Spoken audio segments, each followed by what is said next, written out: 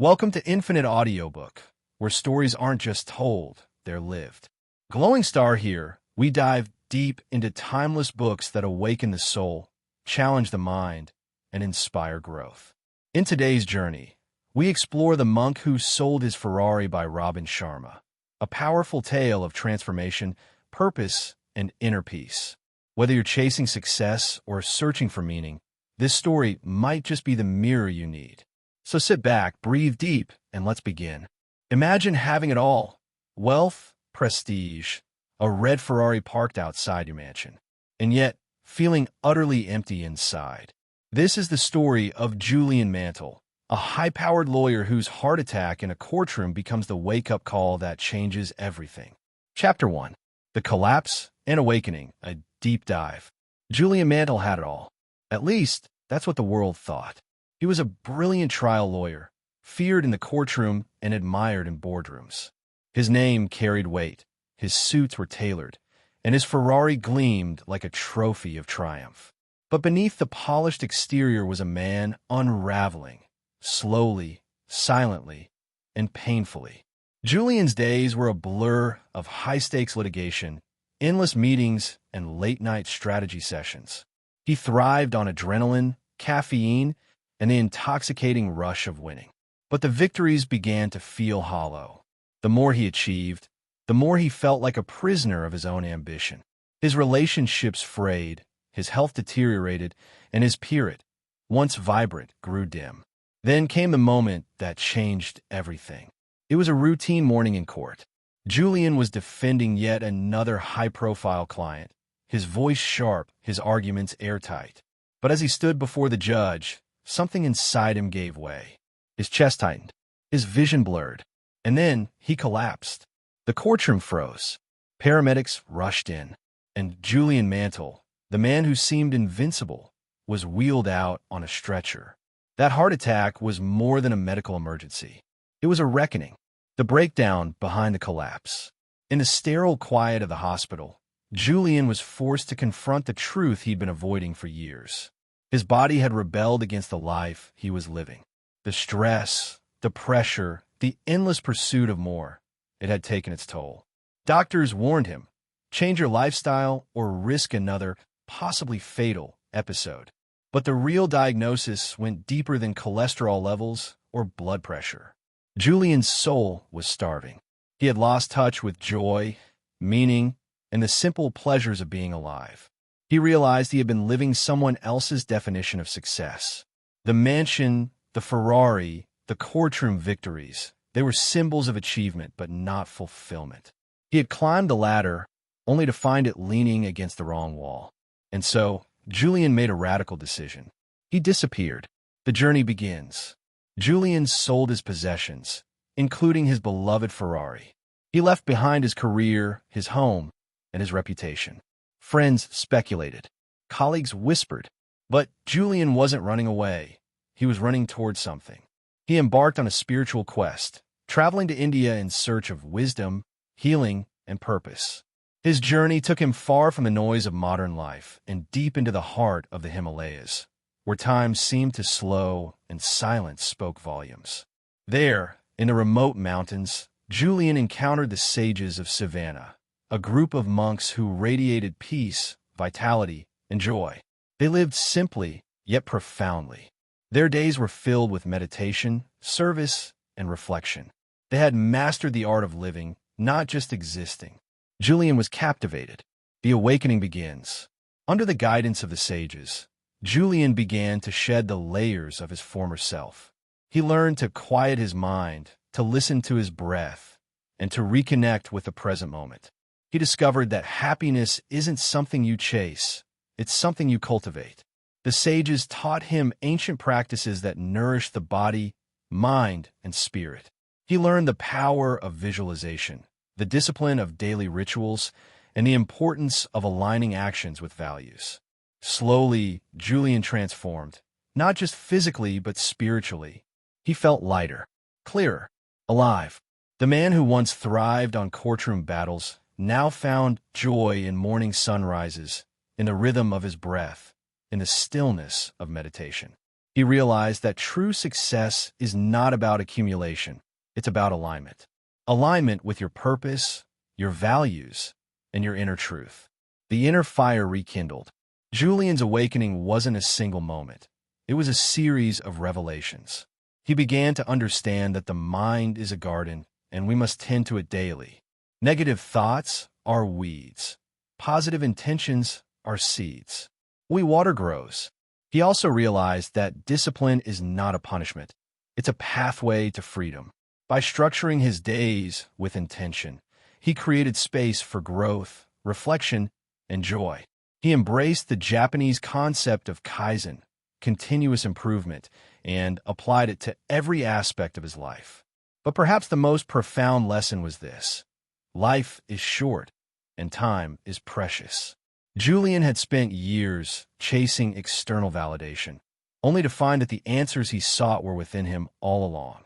The sages helped him see that every day is a gift, and every moment is an opportunity to live with purpose. Returning with a mission.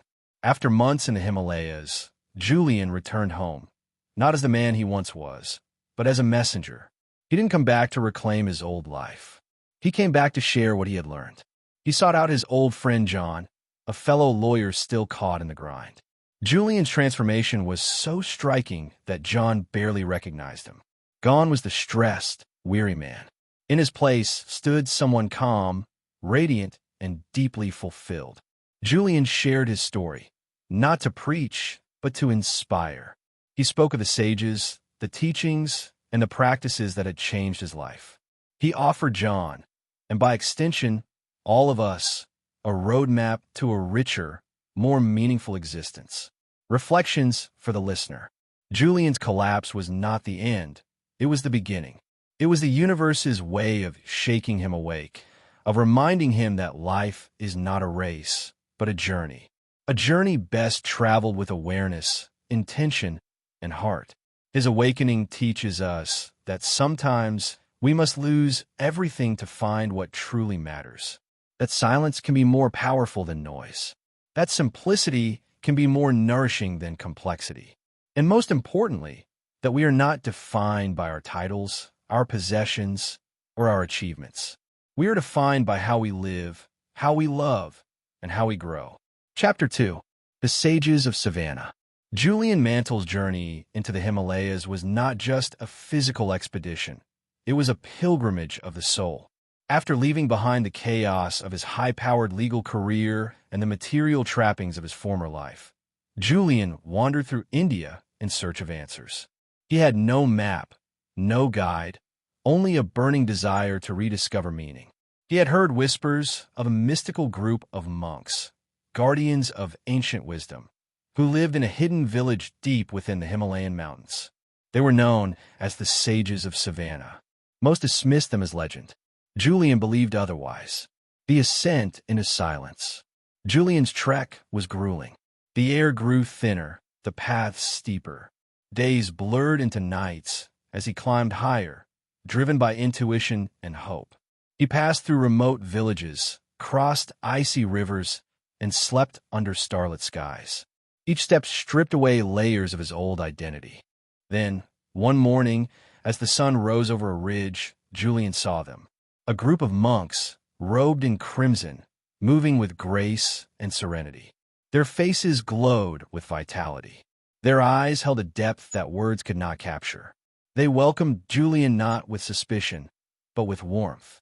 He had found the sages of Savannah, meeting Yogi Raman. Among the sages, one stood out, Yogi Raman.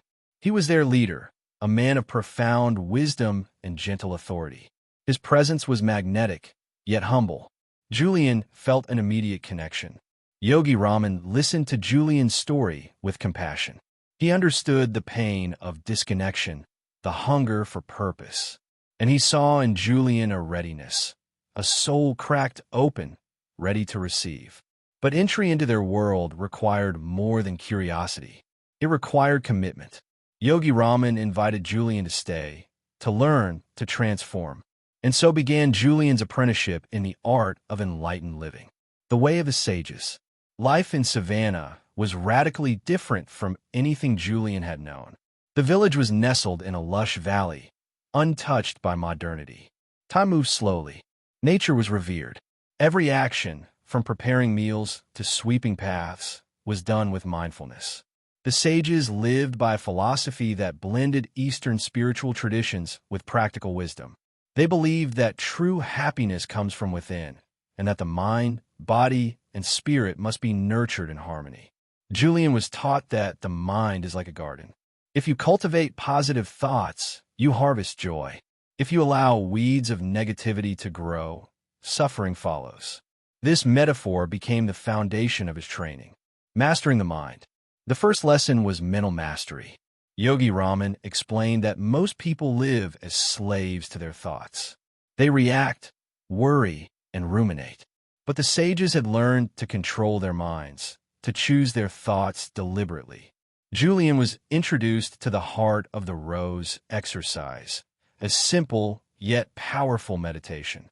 He was told to stare at the center of a fresh rose for 20 minutes each morning, focusing only on its beauty. If his mind wandered, he gently brought it back. At first, it was difficult, but over time, Julian noticed a shift. His thoughts became clearer. His focus sharpened. He felt more present, more alive. This practice taught him that concentration is a muscle, and like any muscle, it strengthens with use. Discovering purpose. The second lesson was about purpose. Yogi Raman asked Julian a question that pierced his soul. What is your dharma? In Sanskrit, dharma means one's true calling, the reason you were born. The sages believed that every person has a unique mission, and fulfillment comes from living in alignment with it. Julian realized he had never truly asked himself what he was meant to do. He had chased success, not significance. Through journaling, reflection, and guided visualization, Julian began to uncover his purpose, to inspire others to live more consciously. His collapse had been a catalyst, and now his awakening could become a gift to others. The power of Kaizen. The third lesson was Kaizen, the Japanese philosophy of continuous improvement. The sages practiced daily rituals to grow in wisdom, strength, and compassion. They read sacred texts, engaged in physical exercise, and served one another with kindness. Julian learned that small, consistent actions lead to massive results. He began waking at dawn, meditating, exercising, and studying. He tracked his progress, celebrated small wins, and embraced setbacks as lessons. Kaizen taught him that growth is not a destination, it's a way of life. Embracing the past. The fifth lesson was about embracing the past. The sages believed that every experience, joyful or painful, is a teacher. Julian was encouraged to revisit his memories, not to dwell, but to learn. He forgave himself for his past mistakes. He saw his collapse not as a failure, but as a turning point. He realized that pain, when processed with wisdom, becomes fuel for growth. This emotional healing allowed Julian to move forward with clarity and compassion. Living in the now. The final lesson was presence. Yogi Raman said the past is history. The future is a mystery. This moment is a gift. That's why we call it the present. Julian learned to savor life. He watched sunsets, listened to birdsong, and felt the wind on his skin. He stopped rushing and started noticing. Presence became his anchor. It reminded him that life is not found in the next achievement, but in the now. Chapter 3. The 7 Virtues of Enlightened Living. Julian Mantle's journey through the Himalayas led him to the sages of Savannah, a group of monks who had mastered the art of living. Their lives were simple, yet profound. Their days were filled with joy, clarity, and purpose, and their teachings, passed down through generations, held the keys to a life of true fulfillment. Before Julian left Savannah, Yogi Raman gifted him a sacred framework, a set of principles known as the 7 Virtues of Enlightened Living. These weren't abstract philosophies. They were practical, actionable, and transformative. Let's explore each virtue, not just as ideas, but as invitations to live more consciously, more joyfully, and more meaningfully. 1. Master your mind. The quality of your life is determined by the quality of your thoughts. The first virtue is about mental mastery. The sages taught Julian that the mind is like a garden. If you cultivate positive thoughts, you harvest joy. If you allow weeds of negativity to grow, suffering follows. Most people live as prisoners of their own minds, reacting, worrying, ruminating. But the enlightened learn to choose their thoughts deliberately. Julian was introduced to the heart of the rose exercise. Each morning, he would gaze at the center of a rose, focusing only on its beauty. If his mind wandered, he gently brought it back. This simple practice sharpened his concentration and deepened his presence. 2. Follow your purpose. The purpose of life is a life of purpose. The second virtue is about discovering and living your dharma, your true calling. The sages believe that every person has a unique mission, and fulfillment comes from aligning your life with it. Julian realized he had spent years chasing success, but never asked what truly mattered to him. Through reflection and visualization, he uncovered his purpose to inspire others to live more consciously. Purpose gives life direction. It turns routine into ritual, work into worship. When you know your why, your how becomes clear. 3. Practice Kaizen. Small daily improvements lead to stunning results. The third virtue is the Japanese philosophy of Kaizen, continuous improvement. The sages believe that growth is not a destination, but a way of life. Julian embraced this by creating daily rituals for self-development. He exercised, studied, reflected, and served.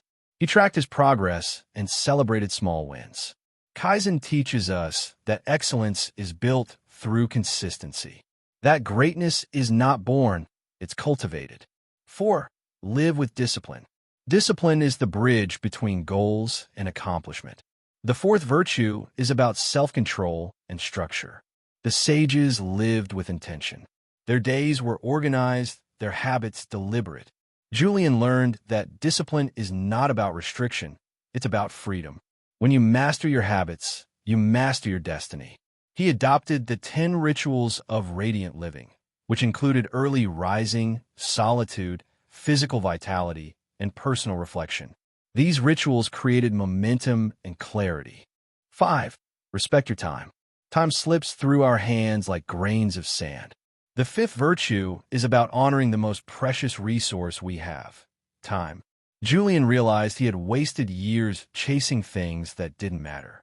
The sages taught him to treat time as sacred.